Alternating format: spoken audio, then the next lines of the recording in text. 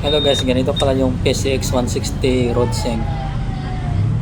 Nakita mo guys, oh, naka-attach yung side stand. Kunin ko yung side stand. At for today's video guys, gagawa ako ng expression dito sa PCX 160 road sync 2025 model. Ayan. May mga comments sa upload ko na matagtag daw.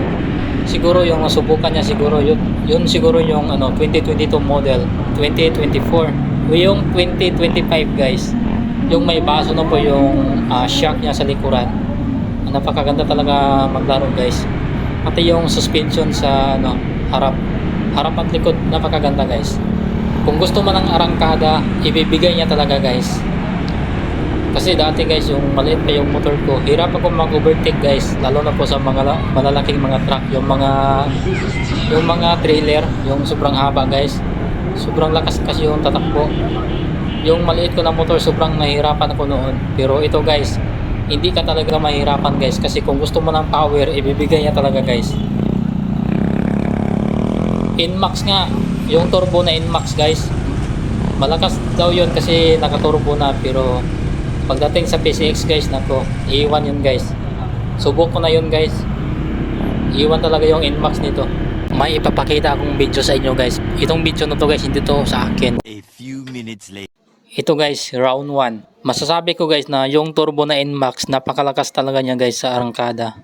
Iiwan talaga yung PCX. Pero guys, yung PCX naman guys, pagdating sa dulo, napakalakas talaga guys. May dulo talaga siya guys. Kasi tingnan nyo guys sa video guys, oh. Kahit gaano kalayo yung Inmax, pero mahabol talaga niya guys. Tingnan nyo guys. Ayan.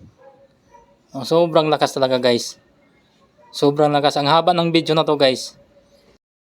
Kinakat ko lang to. Diretso tayo sa guys, yung round 3. Ito guys. Yan. Sobrang tulin talaga yung Inmax guys.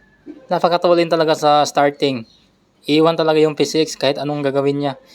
Pero hahabulin talaga siya guys. Hindi ko alam yung Inmax bakit tinatawag na turbo to. Mahabol talaga siya sa PCX.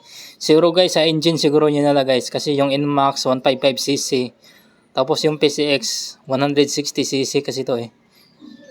Pero kahit na, kasi nakaturbo kasi yung Inmax, may duluhan talaga guys kapag Honda. Iba talaga kapag Honda. Shoutout pala sa mga katropa natin dyan na naka-Nmax. Hindi ko alam bakit tinatawag ng turbo yun. Ay, hindi naman siya gaano malakas. Mas malakas yung PCX kaysa nun. Pasintabi na po sa naka-Nmax dyan. Pero yun talaga yung totoo eh.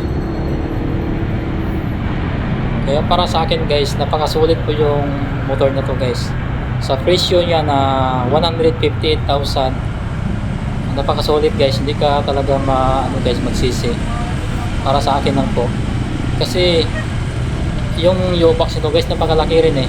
Kaya hindi na ako naglalagay ng top box sa mga long ride. Kasi yung U-box niya 35 liters. Ako, sobrang laki na po yan. Enough na po yan sa mga gamit mo na kahit may mga damit ka pang extra or may mga camera ka ba or ano pang ilalagay mo doon, yung tubig, yung mga importante na mga bagay. Okay talaga guys pang long ride guys. Saka hindi ka mangangalay guys, napakasarap talaga guys. Hindi ka talaga mangangalay nito guys. Subok mo na to guys eh. Running 2 months na to guys eh, yung motor na to guys. Pero yung tinakbo nito guys, pa lang eh, 200 plus. Yan pala yung tinakbo guys. Tumatakbo na siya ng 2 months. Shoutout pala sa kinuhanan ko ng motor na to, yung Motorist. Shoutout po, hanggang ngayon wala pa yung OR saka CR. Eh sabi niya, yung pumunta ko doon, sabi niya na lang daw eh, ngayong buwan na to ibibigay daw. Tapos ngayon lagpas na eh.